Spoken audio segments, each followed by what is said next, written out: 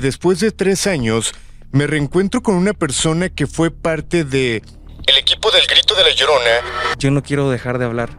El archivo negro se abre y no lo puedes cerrar. No puedes ocultar información. No puedes ocultar historias que ahí están. Y suena feo y te pido una disculpa, pues era tomar los riesgos que a lo mejor yo no podía tomar. Yo siendo parte de una estación de radio. Era una muñeca que se reía y tenía como frases, ¿no? Entonces la muñeca, a pesar de que tenía muchas frases, la única que repetía sin pila era: yo tengo un secreto y tú no lo sabes. Empezó a amenazarnos en vivo. Estábamos completamente al aire. Tú me decías, haz esto, y yo lo hacía. No, y no era mala onda, ¿sí? No. Yo lo que buscaba era hacerte fuerte.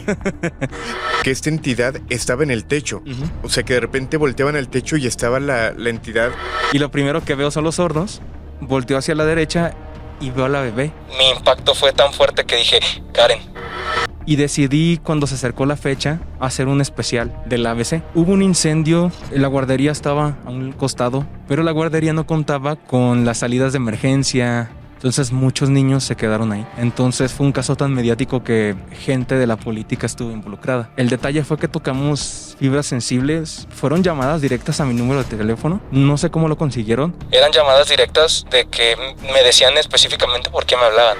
Y te lo digo con todo respeto, de repente no será ahorita un tanto ridículo utilizar esa máscara, porque seamos honestos.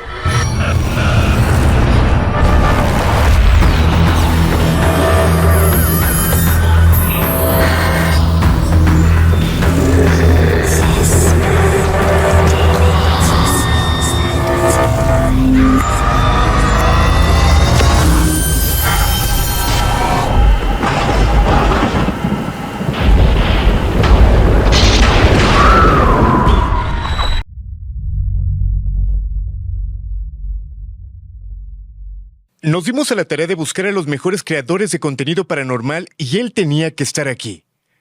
Hoy un episodio totalmente diferente porque después de 3 años me reencuentro con una persona que fue parte de el equipo del Grito de la Llorona en Guadalajara y que por muchas circunstancias el proyecto de alguna manera tuvo que frenarse, circunstancias bastante turbias y que hoy vamos a platicar.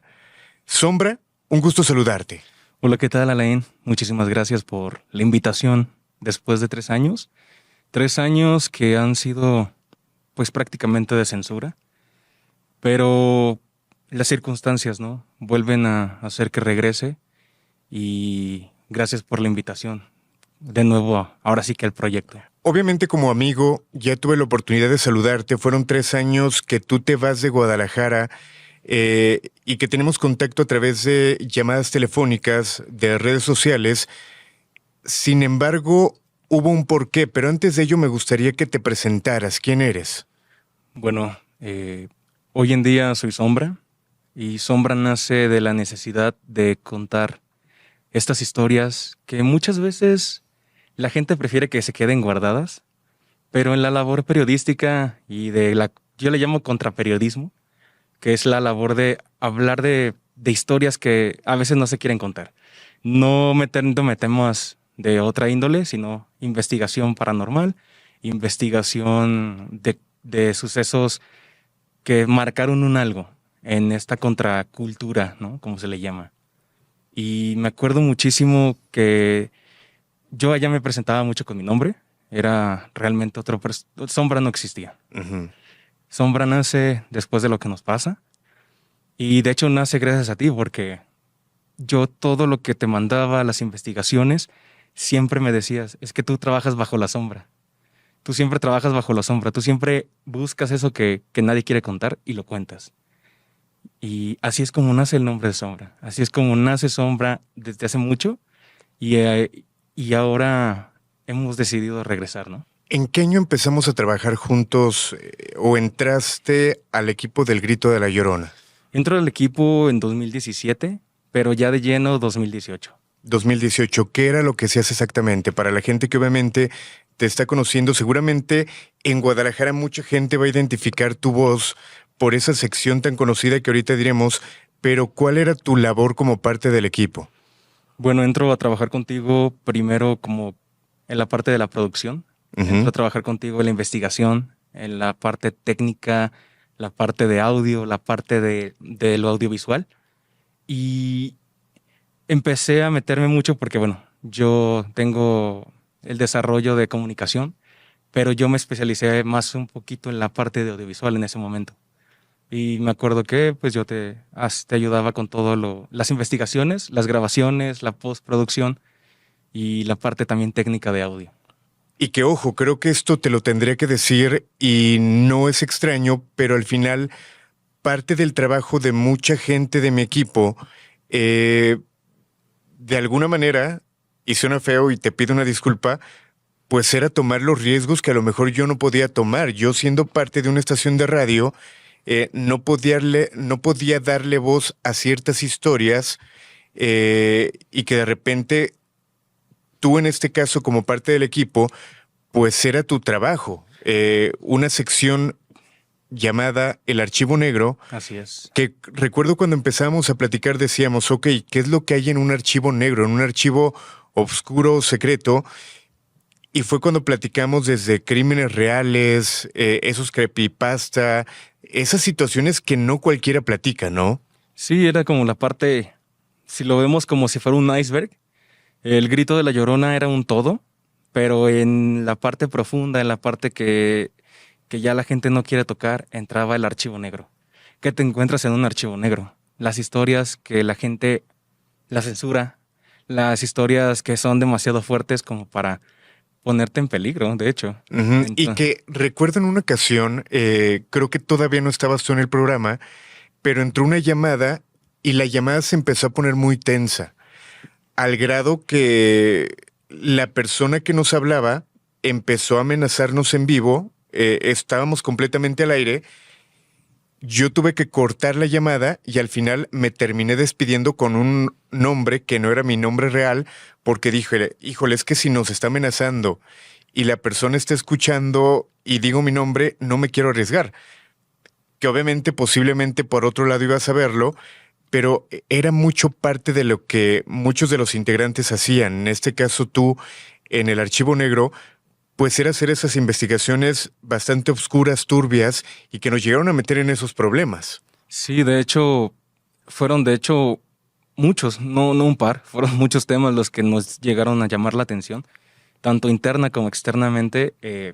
Ese caso de la llamada me acuerdo mucho porque iba relacionado a una historia que tú viviste antes de que yo me integrara al equipo, como unos 5 o 6 años antes, de una posesión. Uh-huh. Era una posesión. Recuerdo mucho el que era relacionado con un caso de posesión de una persona que tenía problemas, incluso yo llegué a pensar que eran problemas de esquizofrenia, uh-huh, y resulta que no, que sí había algo detrás de.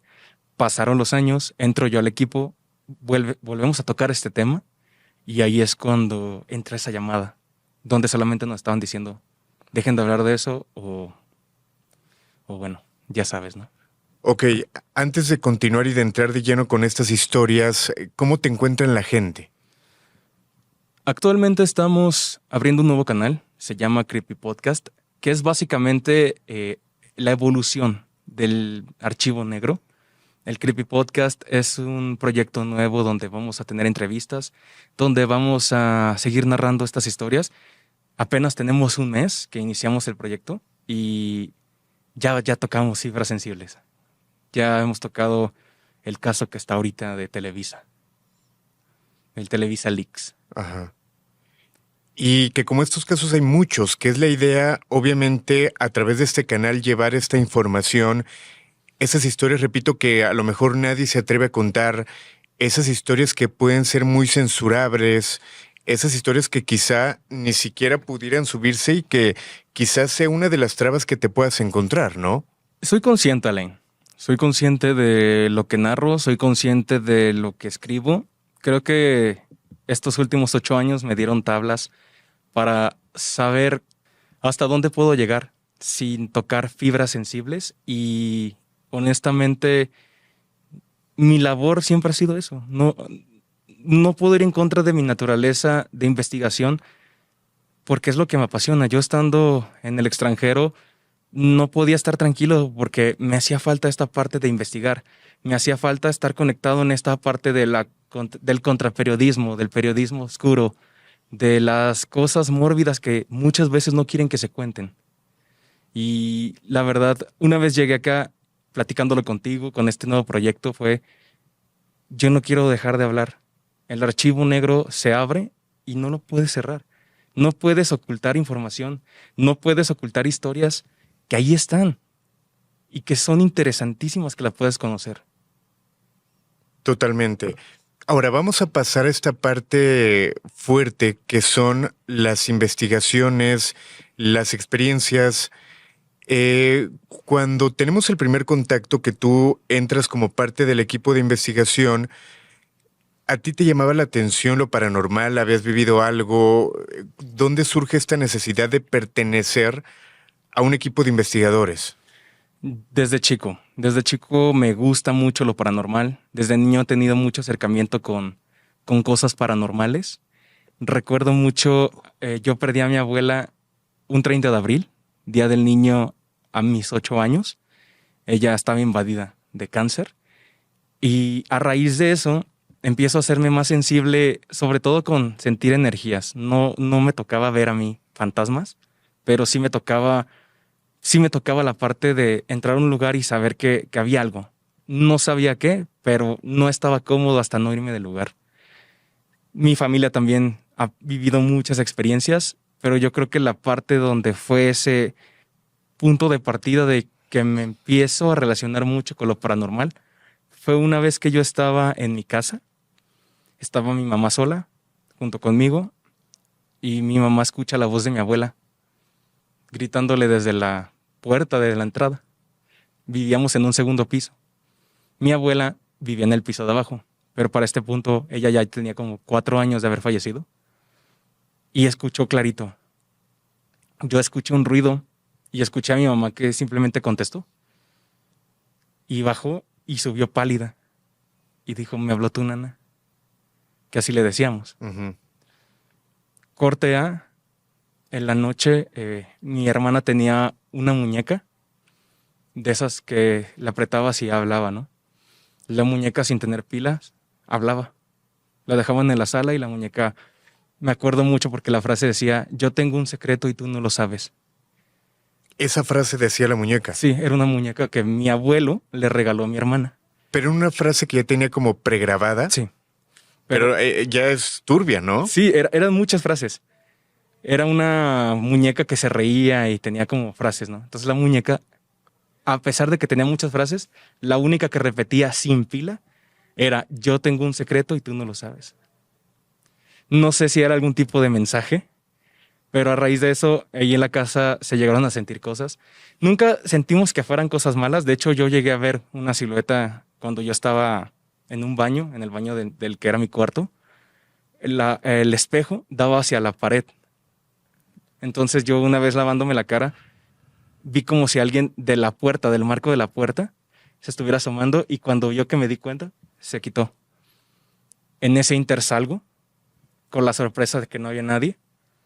Solamente se encontraba, creo que era mi papá ese día, pero él estaba ya en la parte de abajo, durmiendo.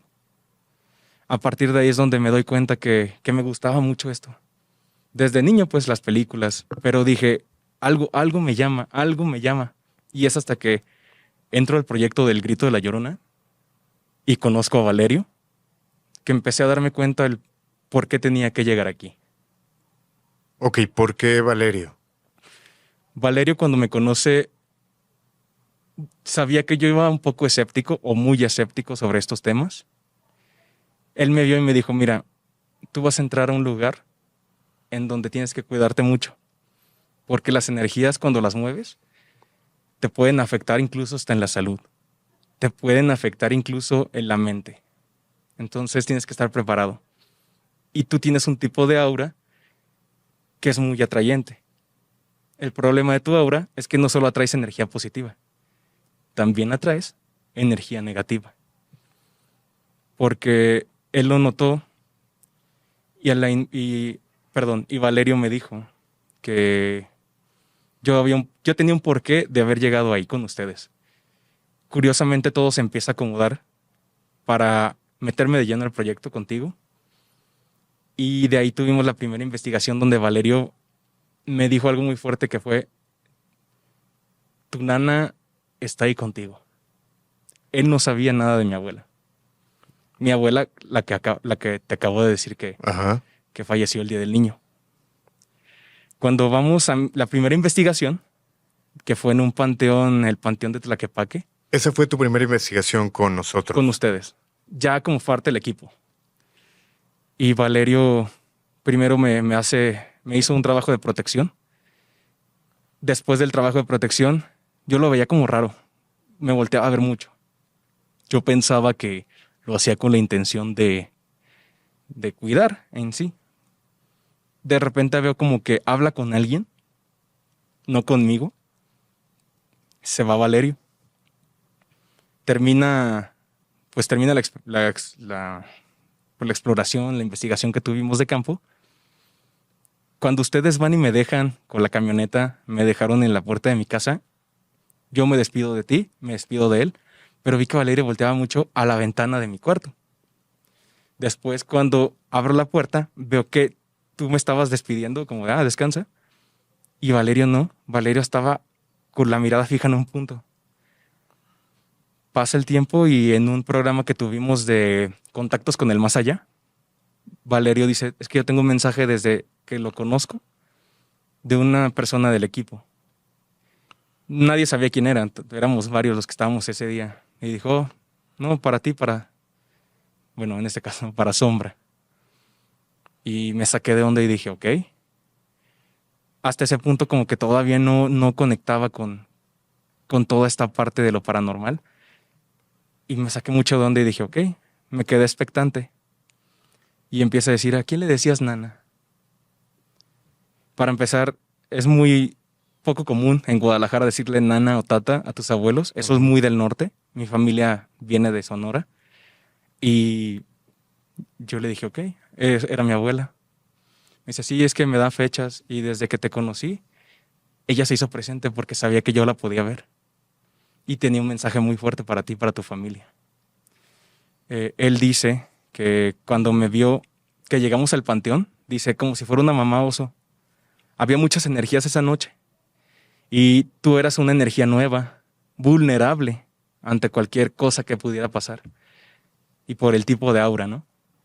Entonces, lo que pasó fue que ella me protegió. Ella se puso siempre conmigo, cuidándome, ayudándolo a él a que no se me acercaran energías en el panteón. Aparte porque pasó una de las novatadas que solías hacer, que eso también lo podemos platicar ahorita. Pero fue muy fuerte lo que pasó en el panteón, que ella estuvo todo el tiempo cuidando como una mamá oso. Uh-huh. Y dice que cuando llegamos allá a la casa, ella miró hacia la ventana de mi cuarto porque ella me estaba esperando ahí. Y cuando bajo, la vio en la puerta de la entrada esperándome y me dio un abrazo cuando abrí la puerta, como de qué bueno que llegaste. Wow. Y él se le quedó viendo y le hizo la seña de: te lo traje bien. También yo también te ayudo a cuidarlo. Ok, no me dejarás mentir, y la gente que conoce el trabajo que hacíamos en radio en Guadalajara, y recientemente lo platicaba en un podcast, nuestro trabajo era tan real que no había ni una sola llamada falsa. Yo conozco muchos programas importantes, tanto de radio o televisión, que obviamente, sabiendo que tenían que generar rating, se generaban esas llamadas falsas, esos videos, esos montajes, y con nosotros era muy honesto todo. Lo decía, habían programas que eran muy aburridos porque no entraba ninguna llamada fuerte y lo sobrellevábamos. Sí. Justo con este tipo de secciones, el archivo negro, cine de terror, intentábamos respaldar como el contenido. Pero había veces que las llamadas eran impactantes y que no sabíamos qué pasaba. Y también ocurría mucho en las investigaciones. Muchísimo. Nos hablaban para contarnos algún caso en algún lugar, íbamos y había veces que no pasaba nada. Y era cuando entraba el equipo: ok, queremos que pase algo, queremos que la gente sienta algo, queremos nosotros sentir algo, vamos a moverle, vamos a buscarle. Y lo intentábamos. ¿no? Sí, de hecho, no sé si te acuerdas el caso de una señora viviendo a las afueras de la ciudad, del área metropolitana de Guadalajara. Ajá, Un caso de posesión. ajá, Íbamos, Valerio, tú, no me recuerdo, íbamos 4 o 5 personas del equipo, rumbo al aeropuerto. rumbo al aeropuerto. Ajá, Ya eran unos como casas, ¿no? De esas de recurso. Y la señora hablaba porque decía que a los niños se les aparecía como un demonio o algo así, que los asustaba, que no los dejaba dormir, que se les aparecían, que los niños amanecían con moretes. Y fuimos. Yo me acuerdo mucho ver el rostro de Valerio como muy, como que siempre tenía esa intuición de que algo andaba mal. Y él decía, no, no creo que sean los niños el problema. Dicho y hecho, llegamos. Para empezar, la casa se sentía muy fría, muy tensa. ujú, Me acuerdo que las cámaras no estaban fallando. Yo traía 3 memorias, de las cuales 2 se habían bloqueado. No sé por qué. En ese momento se bloquearon, no me dejaban grabar. Después, la única que me dejó grabar, me acuerdo que subimos a la planta alta, todo bien, pero cuando bajamos en el área de la cocina era donde estaba más fuerte. Había incluso una puerta de metal con vidrio que entre lo mismo que se había empañado, se veía como una silueta de un demonio. Nadie la vio en el momento. Ya la vimos hasta que vimos todo el material. Y me acuerdo muchísimo que Cristian hizo un círculo de fuego para liberar. La señora entra como en un trance, al grado que Valerio tiene que ayudarla con ron, si no me equivoco era ron, lo que utilizó para ayudarla. Y nos dimos cuenta que algo había pasado en su familia, que una persona le mandó una maldición o le mandó un demonio a la señora, pero se lo manda a que lastime a los niños para que la señora se asuste y el demonio se alimente del miedo de la señora. ujú. Por eso el demonio no se iba. Porque se platicaba, de hecho, decían que los niños aseguraban, vaya, que esta entidad estaba en el techo. Ujú. O sea, que de repente volteaban al techo y estaba la entidad técnicamente pegada en el techo. Y si no me equivoco, Cristian aseguraba que se escondía en los closets en la parte de arriba. Sí. O sea, sé que suena de película, Sí. pero es algo que estuvimos en el lugar, platicamos con la familia, platicamos con los pequeños y que era constante este tipo de casos. Y de hecho, no sé si te fijaste, el esposo tenía una actitud muy rara, muy, muy rara, Ajá. como ido, como que estaba ausente. Y me acuerdo mucho que dijo Valerio, algo ha de haber pasado, que al esposo, algún problema de amoríos, pero el esposo, alguien lo amarró. Está tan ido que él está en piloto automático. Solo llevaba a los niños y ellos se fueron y nos quedamos solo con la señora, que era cuando empezó toda la actividad más fuerte. Y dijo Valerio, si el problema hubieran sido los niños, la entidad no se hace presente. La entidad se hizo presente cuando estaba sola con la señora, ayudando, bueno, con ayuda de Valerio. Ujú. Fue muy fuerte ese caso, me acuerdo mucho porque todos salimos muy bajos de energía. Tú no podías ni manejar. Tú ibas manejando regularmente la camioneta y tú decías, es que no puedo ahorita. Tuvimos que llegar a un lugar a descansar y de ahí nos fuimos. Sí, siempre las investigaciones creo que quitaban mucha energía, te terminabas con dolor de espalda, de cabeza, o sea, era muy fuerte llegar a hacer investigaciones de campo. Y como estas fueron varias investigaciones que nos acompañaste, a mí me gusta mucho platicar con la gente que ha sido parte del equipo e incluso con Radio Escuchas, porque hay veces que me dicen, oye, ¿te acuerdas esta investigación que hiciste en tal lado? Y a lo mejor yo de repente la bloqueé por X circunstancia y digo, ok, es que esa fue una investigación muy fuerte. Sí. Y no la recordaba y a lo mejor no tengo ni siquiera evidencia, a lo mejor es el programa de radio, pero uno llega a bloquear ciertas situaciones. ¿Qué investigaciones recuerdas tú que te hayan marcado? Pues primero, la primera que tuve con ustedes, que fue la del Panteón. Como Ajá. te comentaba, fue una investigación muy fuerte porque era la primera vez que yo iba a una. Ajá. Para mí era todo nuevo. Y luego me acuerdo que me hiciste la novatada de la noche, que fue, me retabas. Ajá. Llegamos a mausoleos. Había un mausoleo donde había como huesos que ya habían quitado de otras tumbas y ahí los tenían, huesos que no eran reclamados. Y me decías que si me atrevía a meterme unos 5 minutos porque tenía una puerta, meterme, quedarme adentro y grabar. Ajá. Con la cámara y hacer preguntas. Hacer ¿no? preguntas. Me meto, sentí mucha tensión al grado que Valerio te regañó y te dijo, sácalo. Algo siento ya, sácalo. Y no titubearon y luego abrieron la puerta y me sacaron. Yo todavía no terminaba ni siquiera de estar pidiendo Ajá. acto de presencia de algo. Y luego llegamos al fondo del panteón y fue una zona muy fuerte y fue como, ¿te quedas? Y dije, va. Aparte tú me conoces, yo soy muy aventado. Uh-huh. Tú me decías, haz esto y yo lo hacía. No, y no era mala onda. No. Yo lo que buscaba era hacerte fuerte. No, tú me dijiste, honestamente, aquí tratamos de hacer esto, porque incluso muchas veces tú casi te animabas a meterte incluso hasta ataúdes, ¿te acuerdas? Uh-huh. Entonces, recuerdo esa vez del panteón que me quedo, Valerio con unas conchas empieza a preguntar en las tumbas de alrededor si alguien quería trabajar conmigo. Resulta que una persona que estaba enterrada de nombre Francisco fue la única que contestó. Y Valerio le dijo, ok, vamos a trabajar contigo, te puede hacer acto de presencia, se va a quedar él, necesito que juegues con él, que te hagas presente, que te enseñes, que lo toques, que le demuestres a él que estás. Uh-huh.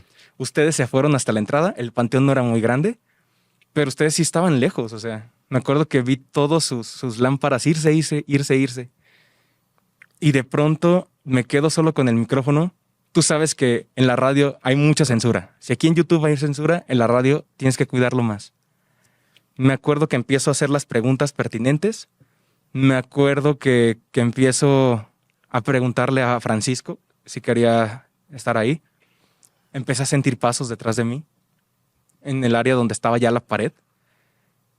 De pronto había un árbol como de guayabo muy grande que vi como una persona que se estaba escondiendo, como de verdad como si alguien estuviera jugando. Y yo ya empecé a cuestionar y dije, nah, ustedes me están jugando una broma.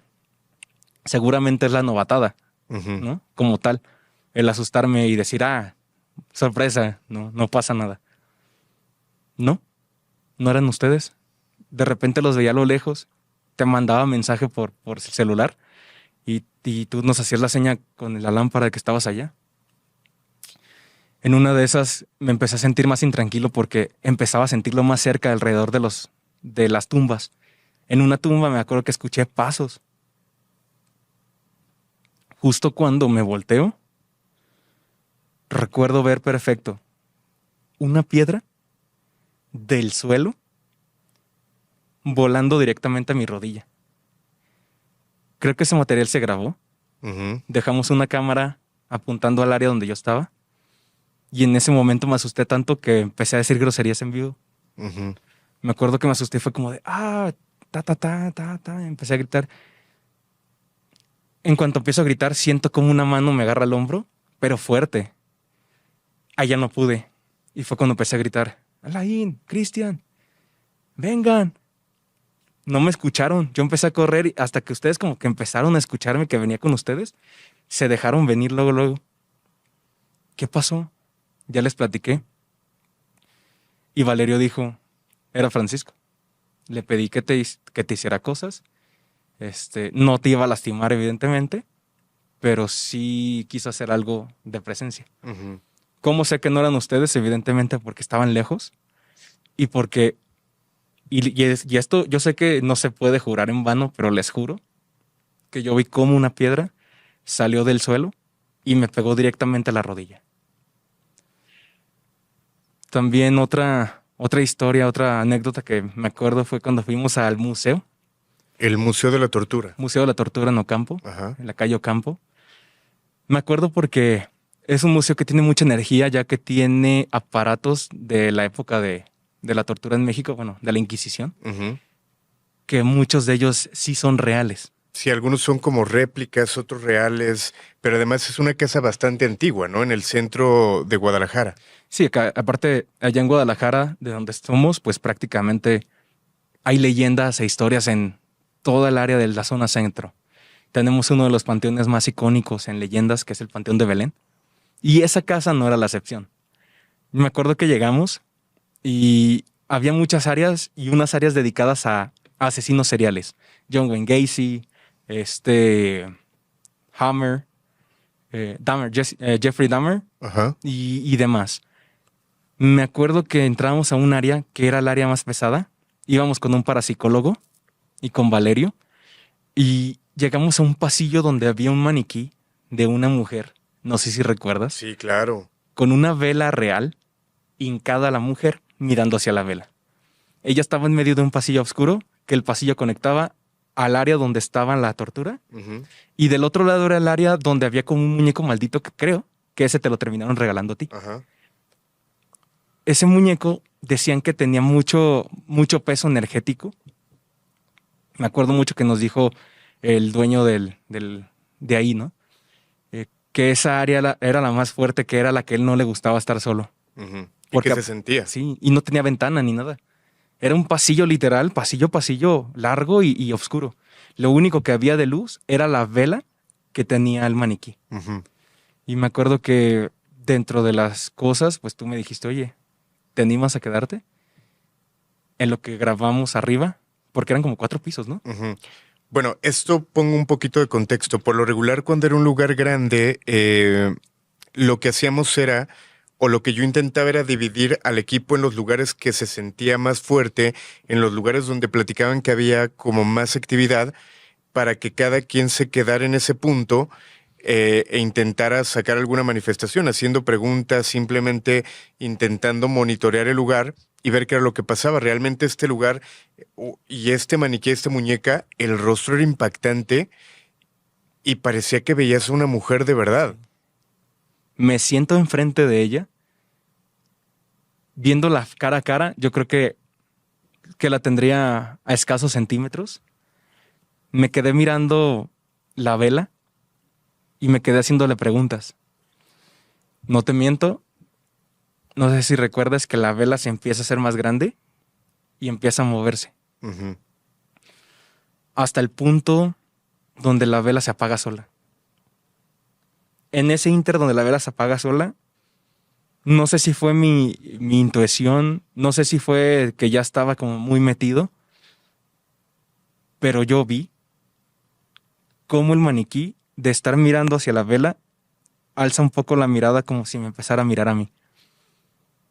En ese momento me levanto, sin dejarla de mirar, me empiezo a hacer para atrás. En cuanto llego al área donde están los aparatos de tortura, salgo hacia el pasillo y me reencuentro con ustedes. Ya de ahí no me les despegué, dije no. Antes de salirnos, pues ya hicimos el ritual para dejar energías, pero sí dije no, algo no estaba bien ahí. Y Valerio dijo, qué bueno que te viniste. Y es que sí era un riesgo, y esto lo he argumentado para la gente que busca crear este tipo de contenido.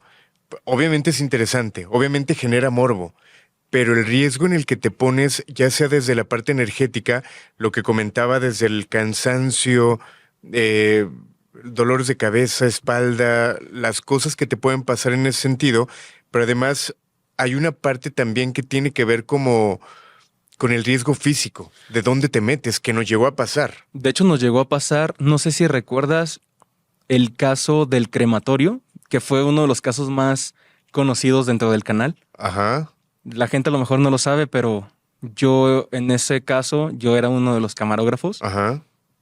Me- Estaban grabando Karen y tú. sí, estábamos grabando Karen y yo. Íbamos nada más los 4, de hecho. Karen, tú, Valerio y yo. Llegamos a entrevistar al cremador, que para empezar sus historias o su historia estaba muy fuerte porque recuerdo que él dijo que a él le tocó cremar a su mamá Ujú. y que él lo hizo con un respeto y un temple que yo no podría. También otra de las cosas que me pasó fue que ustedes entran a grabar la entrevista. Bueno, más bien entraron a ver como su oficina y de ahí empezaron a planear. Ujú. Yo decido quedarme y empiezo a hacer tomas de los hornos. Empiezo a hacer tomas, no sé si te acuerdas que eran 2 planchas de metal, Sí. como en un pasillito. De un lado estaba una mujer de 50 años, Ajá. 50 y tantos, y del otro una bebé. Era una bebé de 9 meses. 9 meses. Nadie se dio cuenta. Estábamos grabando y cuando presentamos el video, se escucharon psicofonías de niños. Ok, justo quería llegar a este punto porque yo ya he hablado de este caso, de esta investigación, ya la he presentado y mucha gente dice, esto no puede ser real. Es que seguramente a un lado estaba un kinder, había una escuela, pero queda claro que las investigaciones las hacíamos durante la noche, una, porque era el horario del programa, 2, porque había lugares donde nos dejaban entrar, pero era muy a discreción. Obviamente esta persona que nos dio el acceso y que posteriormente, hago este paréntesis, me pidió bajar este material, no lo bajé porque al final él ya nos había autorizado.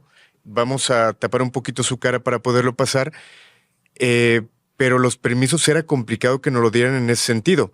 Y yo siempre lo platico, cuando yo le pido el permiso para entrar al crematorio, él me preguntó a qué hora llegábamos y parte de su pregunta fue, ¿lo quieres con cuerpos o sin cuerpos? Sin Es cuando yo le dije, déjame 2 cuerpos, y realmente nos dejó 2 cuerpos, y mucha gente argumenta, es que no puede ser real.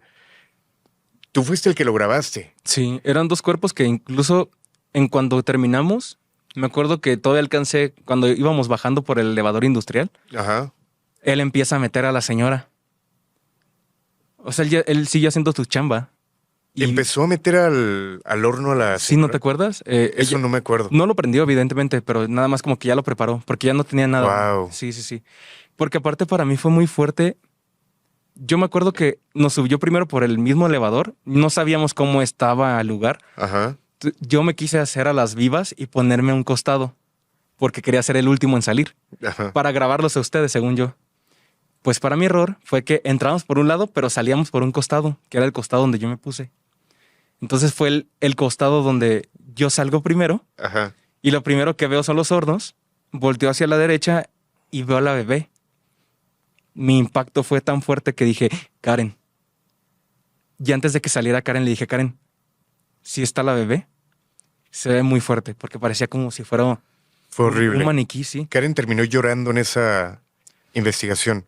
Todos salimos muy mal, Alain. Muy. Yo me acuerdo que yo duré, después de esa investigación, 4 meses. Y no tanto por el miedo, ¿no? Más bien era ese sentido de la vida, el contraste de la vida. Exacto, porque por un lado tenías a una mujer de 50 años que había vivido todo un proceso y en contraparte enfrente, una bebé que tenía una vida por delante. Ujú. Y esa reflexión de qué tan delgada es la línea, de que no sabemos cuánto tiempo vamos a estar aquí. Yo me acuerdo que llegué ese día a la casa, mi mamá estaba despierta todavía porque me acuerdo que ella estaba haciendo unas cosas para una primera comunión que le encargaron. Y lo primero que hice fue abrazarla, darle un beso y le dije, te amo. Estos programas a mí me ayudaron a humanizarme mucho, a valorar la vida y a darme cuenta que era lo que me gustaba, ¿no? La búsqueda de lo paranormal. De nada. Ahora entiendes por qué no había paga. El aprendizaje era la paga. Sí, era amor al arte. Amor al arte paranormal. No, me acuerdo mucho, incluso hasta si lo vemos de lado un poquito cómico, yo me acuerdo que no podía contigo porque Espera, antes de que vayas, ya sé a qué punto vas, pero justamente quería reforzar esta parte. Estábamos todo el equipo, en ningún momento se escuchó un solo grito. no. Al menos yo no recuerdo haber escuchado ni siquiera gritos de niños, risas de niños, no se escuchaba. Es que esa zona aparte era una zona aislada un poquito de las casas. ¿No te acuerdas que era como una cuchilla? Estaba dentro del Dentro panteón. del panteón, ajá. No había niños. Empezamos a grabar a las 12. Ajá. Aparte llegamos tarde. Salimos de ahí como a las 2 de la mañana, a las 3, porque me acuerdo perfecto que Valerio dijo, ya no hay que grabar, ya van a ser las 3 de la mañana. Él había dicho, ya no. Él quiso cortar porque él ya había ayudado a liberar al espíritu de la señora que estaba ahí. Y de ahí dijo, ya cumplimos. Ya ayudamos, este lugar ya está tranquilo. no hay que seguir moviendo, porque incluso Valerio en vivo dijo, creo que hay niños por aquí. No sé si salió o si sale, pero desde que llegamos dijo, siento entidades infantiles.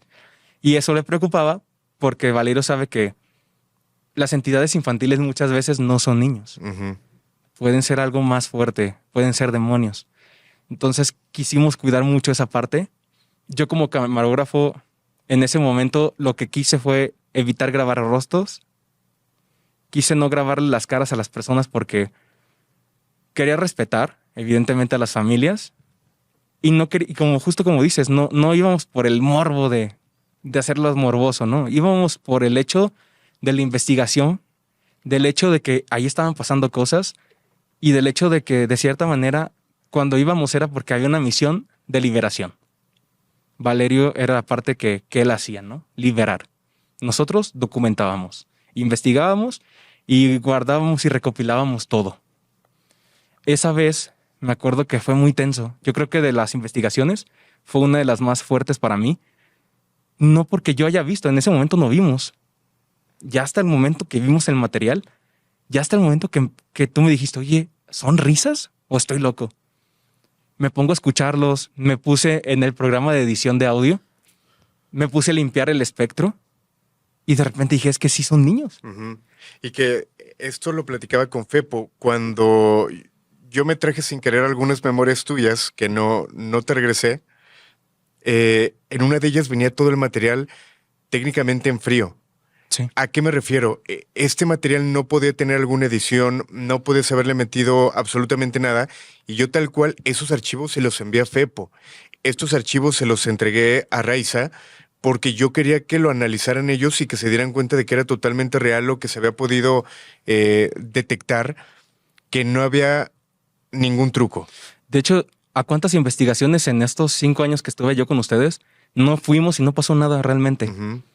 Pero ¿a cuántas otras no fuimos y nos pasó de todo? Literal de todo. Cuando digo de todo es hasta a veces no los muertos, sino los mismos vivos. Tocando el tema de lo de ese crematorio, te digo que se me hizo muy raro, o no muy raro, sino como me sorprendió muchísimo tu temple, Ajá. porque todos salimos muy mal, hasta tú. Pero recuerdo que tú dijiste, tengo ganas de unos tacos. Fuimos por tacos y fuimos por tacos de tripas. Me acuerdo porque eran los únicos que estaban abiertos. Y nadie quería Nadie comer. quería comer. Nadie, todos Solo estábamos. yo. Sí, solo tú fuiste el que comió. Y me acuerdo que dije, wow, o sea, qué tan fuerte tiene que ser. Y a lo mejor la gente que apenas empieza a conocer tu proyecto piensa que llevas poco, pero son 20 años lo que has hecho de este proyecto paranormal, de este proyecto del Grito de la Llorona, que antes, pues sí, ahorita está más a la mano grabar, pero antes se grababa para radio en vivo, muchas veces no se guardaba, pero qué tantas cosas no pasaron. Exacto. También me acuerdo, no sé si te acuerdas del caso cuando fuimos,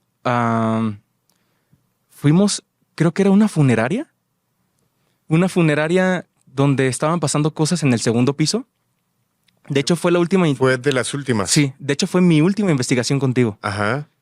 Fue una investigación que estuvo a punto de cancelarse, creo, ¿no? No sé si recuerdes, pero abajo estaban velando a una Sí. persona y de repente suben a avisar que la persona estaba soltando mucho líquido, que el cuerpo estaba soltando mucho líquido y no tenían la máquina que se requería, y la funeraria técnicamente nos quería sacar para poder hacer esto, pero alguien consiguió la máquina, lo siguieron haciendo en el primer piso y ya nos dejaron ingresar a la segunda planta de esta funeraria. No sé si te acuerdas, desde la entrada olía.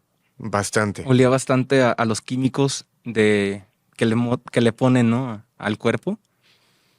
Recuerdo que entramos esta última vez, al menos conmigo ya no alcanzó a ir Valerio. Ajá. Por causas de fuerza mayor, Valerio tuvo que estar ausente, pero estuvo monitoreando todo desde lejos. Que también aquí entra otra historia que me gustaría después platicar, justo en estos días. Pero me acuerdo que hicimos esa investigación. Para empezar, tú estabas muy raro. No recuerdo por qué, pero tú ibas muy raro. Hasta me acuerdo que te pregunté como, ¿estás bien? Y no me contestabas y luego me volteabas a ver y como si estuvieras ido, güey. Y te quedabas, Y yo, ¿estás seguro? Sí, ¿por qué? Pero de la nada, o Hay sea, video, ¿no? sí hay video. Tú ibas bien, íbamos platicando bien, íbamos en el carro. Me acuerdo que íbamos platicando lo que íbamos a hacer y no hicimos nada de lo que habíamos planeado porque fue muy raro. En esta investigación especial, estamos desde una funeraria donde se cuentan bastantes leyendas, donde hay muchas historias que a lo largo de esta transmisión estaremos compartiendo y que obviamente será importante escuchar tu punto de vista, será importante escuchar tus comentarios, qué es lo que puedas escuchar más allá de mi voz, qué es lo que puedas percibir, donde tengo que ser honesto, al momento de subir, esta primer parte fue pesado, no sé si sea normal en este lugar, pero las piernas las sentía muy pesadas, se siente muy sofocado este sitio y además de estar entre ataúdes, créanme que no es nada sencillo y que no sé si lo pueda comentar, pero justamente en la parte de abajo, en este momento hay un cuerpo que en un momento más vamos a ver la posibilidad de estar recorriendo. Hay muchos mitos referentes a trabajar dentro de una funeraria, entre ellos se llega a platicar que cuando llega un cuerpo o cuando va a llegar un cuerpo, prácticamente la muerte avisa a las personas que trabajan en este lugar. ¿Es real esto? Mira, a veces a nosotros no nos avisan, simplemente a veces pasan cosas como a veces truenan los ataúdes, Ujú. truenan y a veces el que truena es el que se va. Es lo que comentan, que la persona o la esencia, la energía de la persona escoge su ataúd, entonces pudiera ser real. Puede ser que sí, o sea, puede ser que sí. A nosotros nos han pasado historias. Yo te cuento una anécdota de un amigo de aquí mismo del barrio, de la cuadra. Acaban de traer unos ataúdes, y el cuate nos dijo que le gustaba uno, que le gustaba mucho, que si se lo regalábamos. Y yo le dije que si se moría, sí. Y a los 3 días murió. Él murió en un accidente allá en San Luis, Potosí. Y de allá no lo trajimos. Y se llevó el ataúd que él escogió. Wow. Ahora, en este lugar también se cuenta la historia de una pequeña. Platícame cómo es, cómo la han visto, exactamente en qué sitio Mira, la han llegado a ver. a mí no me ha tocado. Yo he oído porque pues aquí están mis hijas. Ellas son las que me han comentado eso, que han visto alguna niña. Este, en las cámaras a veces, ellas dicen que las han visto, pero no, a mí no me ha tocado verla. Ellas dicen que sí se oyen ruidos y sí a veces en la noche te duerme. Tenía unos empleados hace poquillo y se fueron porque les dio miedo, ya no volvieron. Decían que asustaban en la noche.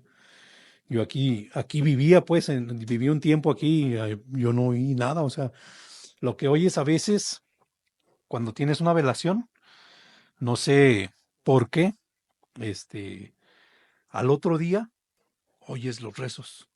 No sé si las paredes guardan el eco, no sé. Haz de cuenta que vuelves a velar el cuerpo. O sea, oyes los rezos, oyes las pláticas, el bullicio, el murmullo de la gente. No sé qué has sentido tú ahorita en estos pocos minutos que llevamos a Balsa. Pues desde que llegamos se sintió muy pesado. De hecho, no es como que esté tan cerrado porque incluso acá atrás están abiertas las ventanas, corre el aire, pero aquí dentro no fluye el aire. Sí, es como si estuviéramos en una cápsula así cerrada. Yo estoy sudando muchísimo. Incluso, no sé si Rex lo está notando, el celular se está calentando más de lo normal. Y se supone, el celular desde que a mí me han tocado hacer varias transmisiones aquí, apoyándote, no se había calentado tanto. Ok, y que bueno, yo a nivel personal, yo recuerdo que desde muy chico el pasar por funerarias, el ver los ataúdes me ha causado un pánico impresionante desde muy chico. Obviamente estar aquí, de repente estar cerca de un ataúd y de repente ver esto y saber que en algún momento pertenecerá a alguna persona que prácticamente estará sin vida en este sitio, pues es complicado imaginarte. ¿Te animarías tú a meterte? De Viernes 13 parte ¿No? 2. ¿Por qué? Viernes 13 parte 2. Soy Y trae la fecha claustrofóbico. de hoy de Resident ¿Sí? Sí. Evil 22. No, los Si no, lugares yo creo que cerrados tienes para son... descargártela y mandártela por fax. Sí, soy claustrofóbico y los lugares cerrados a mí sí me causan mucho conflicto. ¿Tú te animarías a meterte? Me la pensaría. ¿Qué, qué pudiera pasar? Digo, más allá del miedo. Es una. Aquí la verdad no es tanto algo esotérico, es una cuestión como ética mía. A lo mejor son rarezas. Pero para mí este es un lugar del último descanso de alguien, ¿sabes? no me gustaría profanar el lugar. O sea, esto ya es de alguien. A alguien le va a tocar estrenarlo y para mí sería una falta de respeto llegar y de, mira, ahí te va, usado, ¿sabes? No, pero a lo que nos han contado hay algunos que llegan a rentar provisionales, ¿verdad? Creo que después se les llega a cambiar el forro, es en lo que velan a la gente y ya después ya utilizan otro ataúd. Mm, Aquí podría meterme, pero no se daña ni nada. No, además te vas a tener que quitar los zapatos. Es que sí me da como algo. Tienes la idea, esa mejor no te metas. Neta. O sea, si tengo la idea de esa creencia que no me meta, Sí. Ujú. La gente dice que no, todo es. Si tienes toda esa idea, pues, de que te va mal o de mala muerte, lo que dicen, ¿qué tanto? Honestamente yo sí me metería y a lo mejor se va a escuchar tonto lo que voy a justificar, pero si mi familia llega a ver esta transmisión, no me gustaría que lo tomaran a mal. ¿Qué tan hermético puede ser el sonido? O sea, ahí comentaban que si tocas por dentro no se escucha nada. métete para que lo comprobemos ahorita. Es que yo tendría que estar afuera para comprobarlo, alguien que se meta. Chava, métete. Bueno, es que yo sí lo haría, pero sé que a lo mejor alguien de mi familia podría verlo. Sí tengo mensaje de Valerio, ¿eh? ¿Qué dice? A ver, déjamelo. Alain, espero que por primera vez me vayas a hacer caso en lo que te estoy indicando. Esto no es un juego, esto no es para ponerlo en debate, esto no es de que quieras o no. Si no te sales inmediatamente en este momento de ese lugar, vas a ponerte en riesgo tú y vas a poner en riesgo la gente que va contigo en la investigación. En ese lugar hay un demonio y ese demonio lo único que va a ocasionar es de que ustedes no puedan salir del lugar, porque ese demonio está chupándole su energía de ustedes y los está debilitando. Y lo más canijo que les puede pasar a ustedes es de que su alma se quede clavada en ese lugar. Acuérdate que es un velatorio, es un lugar donde se manejan vibraciones bien bajas y al tener esas vibraciones bajas, todo lo que tú estés sintiendo, vibrando, no son fantasmas, son demonios. Sálteme en friega, no me termine la investigación, ya salte de ahí, porque si no vas a poner no solamente en riesgo el que les esté pasando algo, sino que pueda morirse hasta alguien de la misma producción. Por favor, sálganse de ahí. Hazme caso de verdad por primera vez, porque ahora sí estás corriendo mucho peligro con esta investigación y la vibración tuya está bajita, hermano. Así que sálganse de ahí. Voy a estar en contacto contigo por mensajito, voy a estar en contacto contigo por llamada, pero por favor, hazme caso.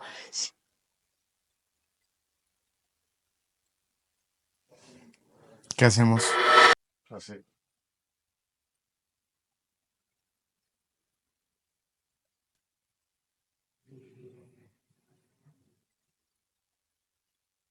Ok. Ahorita.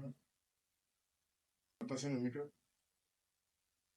Ok, ahorita el celular está prácticamente adentro ya del ataúd. Vamos a cerrarlo. Me están ayudando a acomodarlo y tal cual, si estuviera alguien acostado, esta sería la vista que podría tener. Ahí estamos cerrando el ataúd. Voy a golpear un poquito antes de abrirlo para ver si...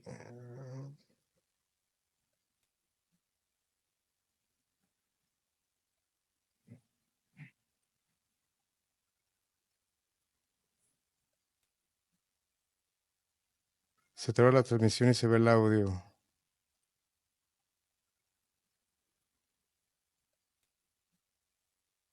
No se escucha. Dicen que no se escucha. Yo creo que se fue Ya debería. el audio ya.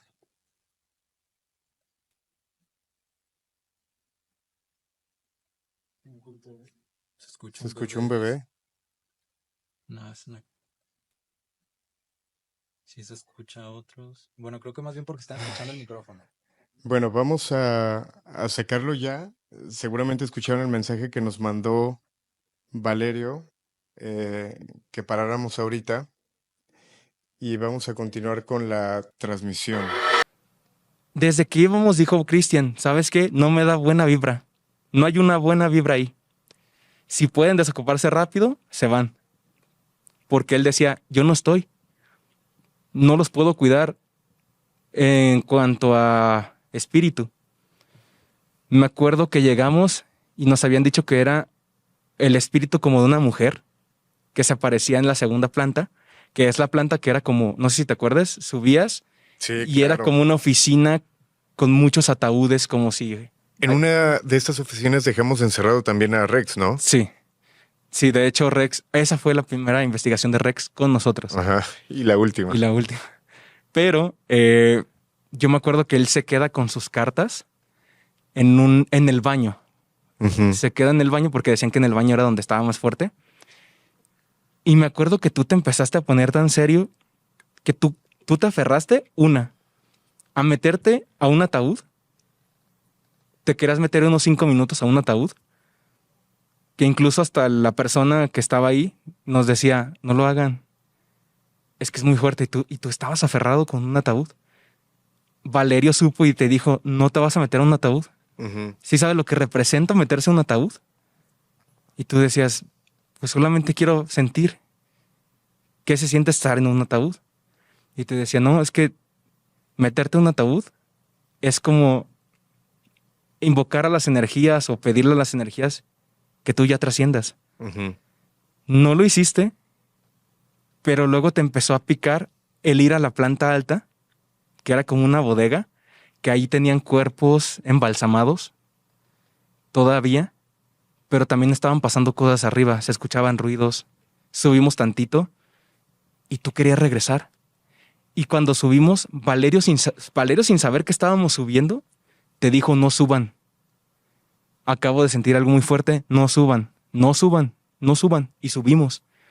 En eso, Valerio, en una pausa que tuvimos comercial, porque nos manejábamos con los tiempos de la radio, Valerio nos llama muy enojado. ¿Saben qué? Váyanse de ahí. Porque están peligrando hasta su vida. Y Jorge ya se va. Y yo me acuerdo que me quedé en shock porque Valerio no sabía que yo ya me iba a ir a Estados Unidos. Ujú. Y Valerio dijo, váyanse de ahí, porque se pueden morir. Y me acuerdo que fue muy fuerte porque fue la última investigación y de cierto modo fue como si la vida misma me estuviera diciendo, es hora de partir. Ya es hora de que te muevas de ahí. Y nos fuimos. Y no pasó ni media hora para que volvieras a hacer el Alain que yo conozco, pues. Pero estando en ese momento, cambiaste muchísimo. Estabas muy serio, antipático. Sentías que te dolía el cuello. Te desconocía hasta cierto punto. Bueno, no sé, no me quiero justificar, pero era mucho estrés las investigaciones.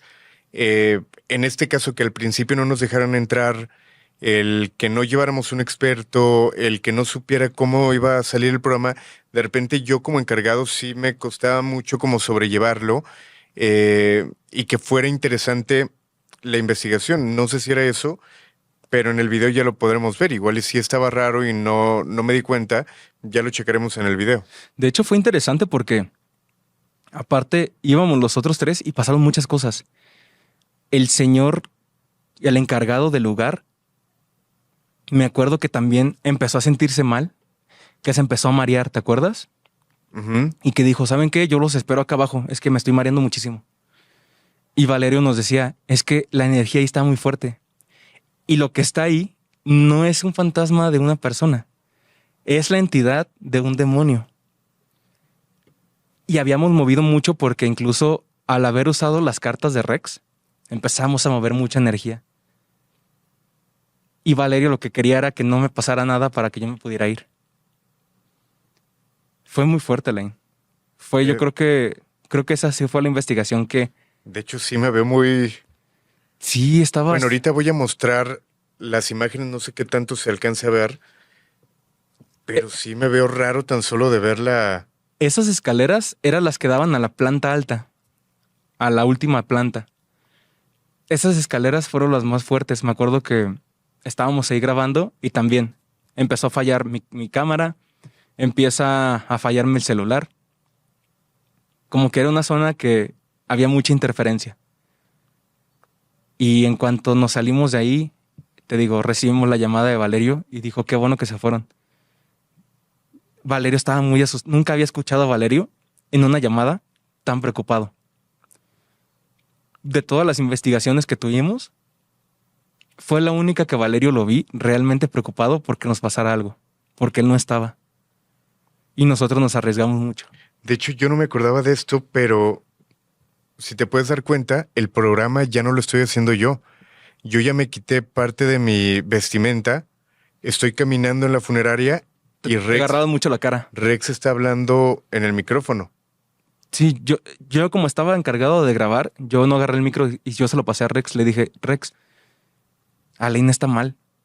Tú te tocabas mucho la cara, tenías mucho calor, te remangabas, regularmente usas mucho camisas, te remangabas las mangas y no dejabas de caminar en círculos. Y te decíamos, oye Aline, ¿ahora qué? Oh, sí. Y nos dabas largas, pero tú aferrado a ver los ataúdes. Como que algo te llamaba en ese momento de los ataúdes.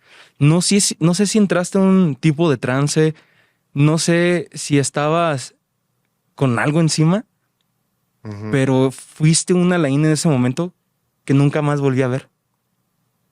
Y como meme, hay video. Hay video. Wow. Esa fue la última investigación que tuve. Ahora, de todos estos casos que has analizado, saliéndonos un poquito de las investigaciones, recuerdo varios que han sido muy importantes. Algunos de ellos ya empezaste a compartirlos también a través de Creepy Podcast. Pero recuerdo mucho, por ejemplo, el del periodista que habló con el demonio. Un caso muy fuerte que después de que lo contaste, después de que nos hablaste de ello, yo dije, ok, es que no se puede quedar nada más en una historia. Tengo que investigar quién era esta persona. Y la forma en que te platica lo que vivió, lo que vio y lo que sintió, se te hace raro que puede estar mintiendo. De hecho, yo conocí la historia porque yo me metía mucho en esa época a 4chan, me metía a Reddit, me metía a estas páginas. Pues hoy en día son accesibles encontrar estas historias, pero yo me acuerdo que en una ocasión le tuve que pedir el favor a un amigo que sabe de informática que me metiera, aunque sea un pisito de la Deep Web. Solo quería saber, conocer de experiencia cómo era entrar. Te ayudaron a entrar a Deep Web. Sí. Es muy complicado. Muy complicado. Tienes que tener un procesador de cambio de NIT para que no se identifique el IP de tu... Bueno, no me gustaría que dieras bueno. como proceso. No, pero a lo que voy es que hizo él el proceso. Nunca más me volví a meter. De hecho, solamente fue por encimita. ¿Qué viste? No nos metimos a páginas así que digas, no. Honestamente, yo sí quise mantener esa línea y dije, yo no me quiero meter en problemas. Solo quiero conocer ciertos portales de historias. Yo quería buscar historias. Yo quería contar historias. Y aparte, pues en mi profesión de investigación, ¿no? De comunicólogo, quería saber qué había. Y ahí fue donde encontré el caso de Miguel Blanco. Después lo pude investigar ya fuera de... Y me acuerdo que me tuve que ver como unas 4 o 5 entrevistas que él hizo en programas de televisión española. Y se me hizo muy impresionante con qué naturalidad. Tú sabes cuando una persona miente por cómo te voltea a ver. Porque nunca te mira a los ojos, por Y ejemplo. además era un periodista muy reconocido. Sí, es un periodista muy reconocido. Yo no tenía el gusto de conocerlo hasta ese momento. Y a partir de ahí empecé a comprar sus libros, tiene libros.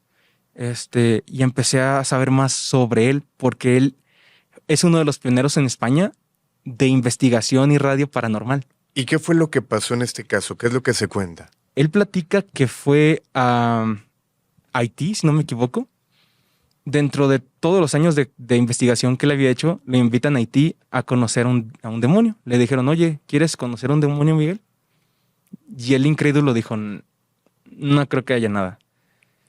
Desde que se contacta con el gobierno de Haití, del mismo gente de gobierno, le dicen, ok, aquí hay un brujo, que es como uno de los brujos más importantes de Haití. Él es el que te va a contactar. Contacta al primo, que era como su publirelacionista, yo creo. Y le dice el brujo, te voy a presentar a un diablo. Y él dice, ok, llega a Haití. Lo primero que le pasa es que él pensaba que iba a ser un brujo con una túnica, ¿no? Una persona, pues cuando uno dice brujo o sacerdote o algo así, pues te imaginas que tiene cierto proceso en su vestimenta, que tiene protecciones, dice que vio una persona nada que ver, una persona desalineada, una persona ebria, porque desde que lo recibió como ya con alcohol, una persona que él mismo lo dice. Si lo ves en la calle dices, es un borrachito. Y empiezan a platicar y le dice, ok, a tal día, a tal fecha, nos vamos a ir. Necesito que consigas esto. Que consiga ron, que consiga sal, que consiga ciertos elementos. Dice que él llega al consultorio y de repente llega a esta parte donde sale una pareja con un estado de shock impresionante. Dice que nunca había visto unos rostros tan impactantes y tan impactados de algo. Y ahí fue cuando él empezó a sospechar qué estaba pasando. Cuando salen ellos, entran. Lo primero que vio fue un cuarto vacío y una caja en medio. Y él, antes de empezar todo el proceso, dice, ¿saben qué? Déjame revisar. Quiero ver todo. No quiero que haya sorpresas de que ustedes mueven hilos, de que haya trampa. Adelante. Él empieza a ver todo, revisa, se cerciora de que no haya nada. Mira la caja, abre la caja, dice que estaba vacía. Una caja de 1.5 metros, grandecita, pero muy chica como para que se esconda ahí alguien y no se vea, evidentemente. Ujú. Inclusive una persona como de nuestra altura, pues no creo, tampoco, o sea. Y de repente empieza la sesión. Empiezan con el rito y todo. Y le dice, te va a pedir, cuando salga, que le des el ron. En cuanto él vaya a tocar la botella, tú la sueltas. Porque la entidad te puede romper el brazo. Él, incrédulo, hicieron un círculo de sal para que no pudiera pasar el demonio más de ahí. Y de repente ve cómo de dentro se escuchan como gritos, murmullos, como si hubiera gente. Ahí es cuando él empieza a estar más expectante y a fijarse muy bien todo lo que pasaba alrededor de la caja. Hasta que llegó el punto que se abre y sale una persona humanoide, como de 1.5 metros, poquito menos, con características con piel ceniza, ojos vacíos, ¿no? Las cuencas de los ojos negros. La persona como una anciana. Y se le acerca y le empieza a preguntar, ¿tú? ¿Quién es el güero? Y él responde, Miguel. No me acuerdo qué más, no tengo como tal presente los datos, pero me acuerdo que él menciona que tuvo una pequeña conversación. Le da la botella y en cuanto él se la entrega, suelta la botella y dice que aún soltándola, él sintió como si le hubiera agarrado la mano o si le hubiera empujado un poco la mano. Después de ahí, todo termina, vuelve a abrir la caja, ya no había nada. Y le platica a este sacerdote que él conoció a ese demonio, que él era como su guardián, por así decirlo, y que le había prometido riqueza, que le había prometido una vida de lujo para él y para su primo. Pero la paga era que a 7 años ellos iban a dar su vida. Cuando se va Miguel, pasan los años, decide regresar 7 años después, se intenta comunicar con las personas y se entera de que él y su primo habían perdido la vida en accidentes diferentes. El mismo día. Uno en un accidente de auto y el otro en un accidente así. Fatal. Un accidente fatal de la nada. Entonces, ahí fue cuando ya Miguel dijo, ok, creo que el demonio ya se cobró lo que les había prometido. Totalmente, un caso Muy muy fuerte. delicado y bastante fuerte. ¿Qué otro caso platicarías? Creo que también tendríamos que hablar de esa parte que me salté un poquito de la censura que llegamos a tener de estas amenazas, pudiéramos llamarle, que recibiste hace justo 3 años, lo cual te llevó a despedirte del equipo, a irte a Estados Unidos, de esas fibras que de repente tocábamos y que había algunas que quedaba en una advertencia, pero habían otras que decías, ya no me puedo exponer, no puedo exponerme ni a mí ni a mi familia. Y una de esas fue un caso interesante, un caso que yo creo que a nivel nacional llegamos a conocer. De hecho, no sé, como te platicaba, no sabía si iba a estar preparado para platicar esto, pero creo que es justo también por hacer un poquito de justicia a lo que nos pasó a los dos.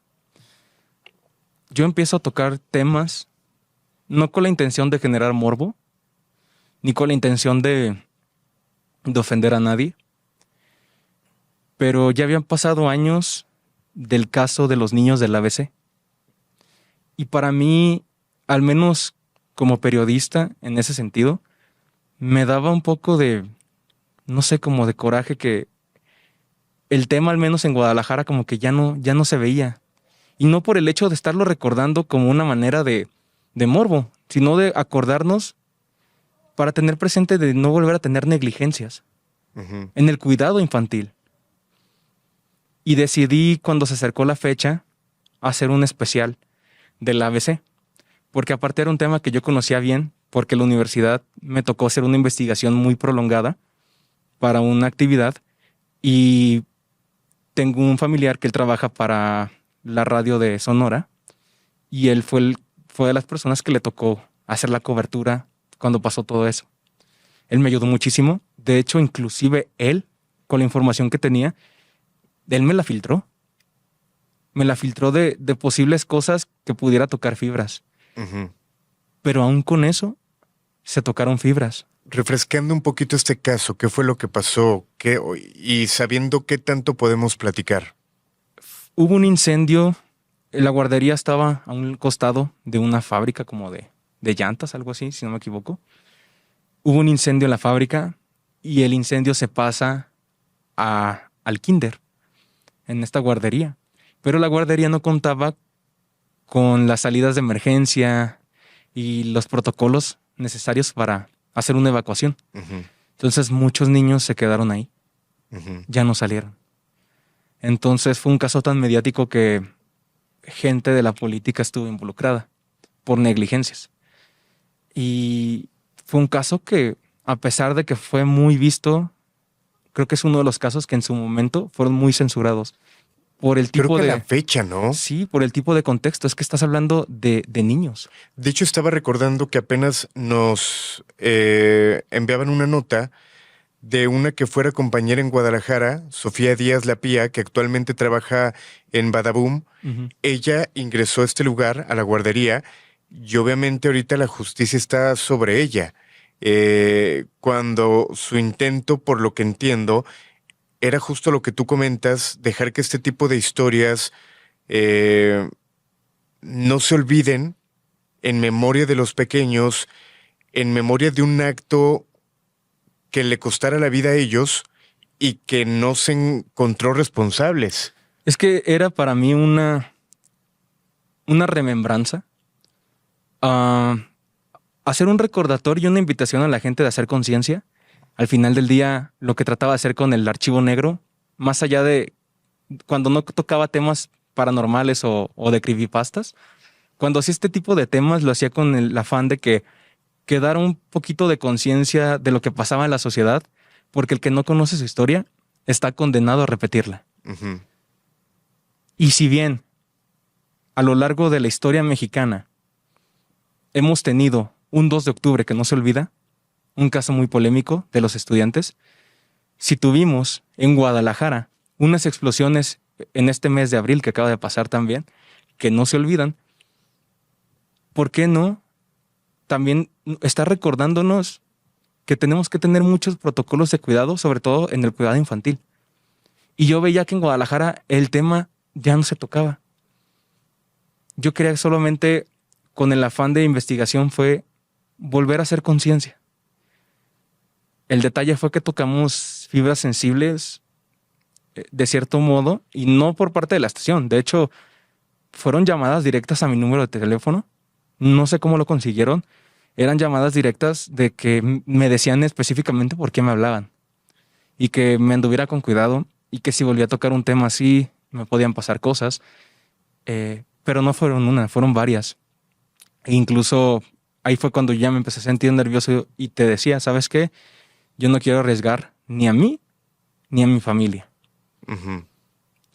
Y que al final, pensándolo y meditándolo un poquito ahorita que hablamos de esto, y te lo digo con todo respeto, de repente no será ahorita un tanto ridículo utilizar esa máscara, porque seamos honestos, el volver a pisar estas fibras, no va a faltar que diga, ok, es tal canal, vamos a irnos un poquito más atrás y sin problemas van a llegar a saber quién eres tú, o tan solo termino embarrado yo. No, de hecho, a raíz de esa experiencia, ya después los siguientes temas que tocamos, porque toqué, ¿te acuerdas? Después de eso, el tema de Ayotzinapa, Ajá. pero ya no lo hice de una manera como lo había hecho con el ABC, no tan extensa, simplemente fue esto es lo que pasó, esto es lo que se sabe y se acabó.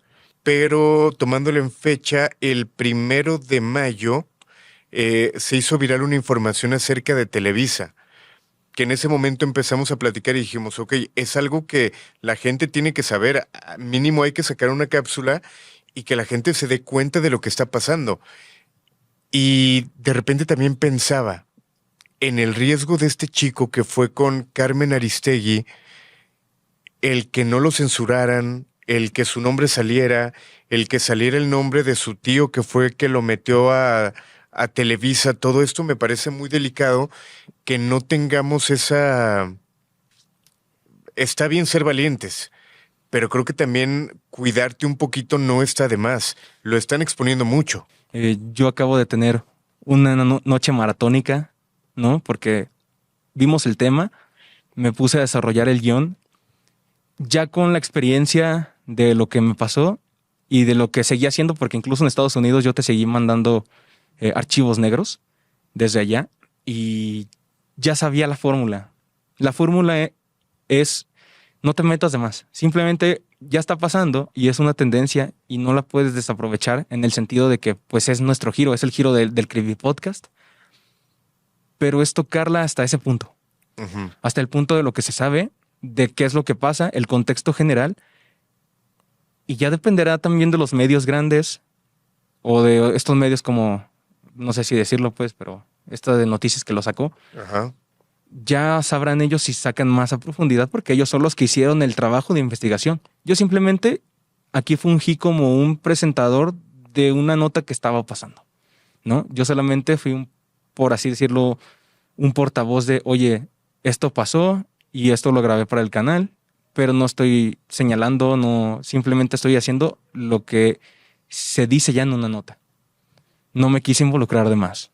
Porque este es un secreto de tantos que resuenan. Lo platicaba recientemente con una persona que es muy conocida en el ámbito de los iceberg, como es Tristán Terror, que él hablaba acerca del catálogo, famoso catálogo de Televisa, pero los secretos que se habla de TV Azteca, las sectas supuestas dentro de las televisoras, o sea, es una infinidad de temas que pues, realmente nunca vamos a saber y quizá muchos sigan siendo un mito, sigan creciendo como leyendas, pero no vamos a saber si es real o no. Al final del día, el criterio lo tiene la persona que lo escucha. Uno como creador, como investigador, es un divulgador. Solo divulgamos, presentamos el caso, pero es al final del día quien toma el criterio y quien quiera conocer esto, ya sabrá, ¿no? Ya cada uno tendrá ese criterio para saber, para querer investigar más. Nosotros simplemente es lo que esté sucediendo, lo pasamos. Inclusive cuando yo toco los temas de creepypastas, yo por eso pongo desde el principio, esto de los creepypastas al final del día, la mayoría son historias inventadas de gente que no dejan de ser interesantes, que no dejan de ser algo que te dé miedo y que te quite, ¿no? Que te ponga con insomnio y con pesadillas, que es lo que a mí me gusta. A mí me encanta el poder desvelarme con una buena historia paranormal e irme a dormir. Habrá gente que no, pero a mí me gusta. Y yo sé que como yo hay mucha gente que le gusta. me vi a esa necesidad de creador de volver a narrar esas historias que dejé de hacer, que por un tiempo me fui, pero que creo que ya era justo regresar de la censura. Ya era justo volver a tomar las riendas del proyecto, ahora migrarlo a redes sociales, a las plataformas digitales, y pues por eso hemos decidido, junto con de la mano de la producción del Grito de La Llorona, hacer el Creepy Podcast. Sombra, nuevamente platicarnos qué es lo que viene para el canal, qué es lo que van a encontrar, cómo lo encuentran. Pueden buscarlo a través de todas las redes sociales como Creepy Podcast o en otras redes sociales como Instagram y TikTok como Creepy Podcast Oficial. Ahí pueden encontrar los clips que te van a ligar a las historias que se narran en YouTube, creepypastas, historias de crimen, todo aquello que en un archivo negro pudieras encontrar. Estos archivos que son censurados, estos archivos que justo como lo mencionamos, en su momento pudieron tocar fibras sensibles, pero a lo mejor hoy en día ya se pueden hablar más. Es la labor de Sombra prácticamente. Ajá. Perdón, que justo lo platicábamos cuando íbamos a retomar el proyecto. De repente nos pudiéramos ir mucho con el juego de palabras de que puede ser un creepypasta tal cual, pero realmente es, en resumen, la palabra creepy. Hay historias que te hablan justo de un asesino serial y dices, es que está muy creepy esto que pasó. Leyendas que son muy creepy.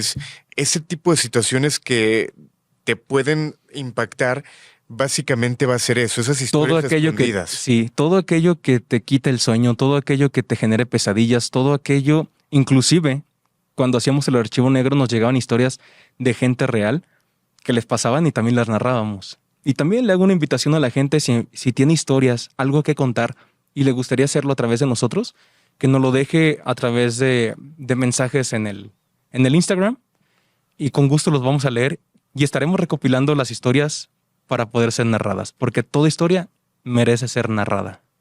Perfecto. Sombra, un placer estar contigo. Nuevamente bienvenido a Ciudad de México. Bienvenido al equipo. Seguramente teniéndote tan cerca vamos a estar haciendo transmisiones en vivo, vamos a hacer varios episodios, varios especiales y lo haremos en conjunto. Un placer nuevamente tenerte con nosotros. Muchísimas gracias, Alain. Y también un gusto haber regresado, un gusto reincorporarme al proyecto del Grito. Y vamos a estar aquí creando más contenido para toda la gente.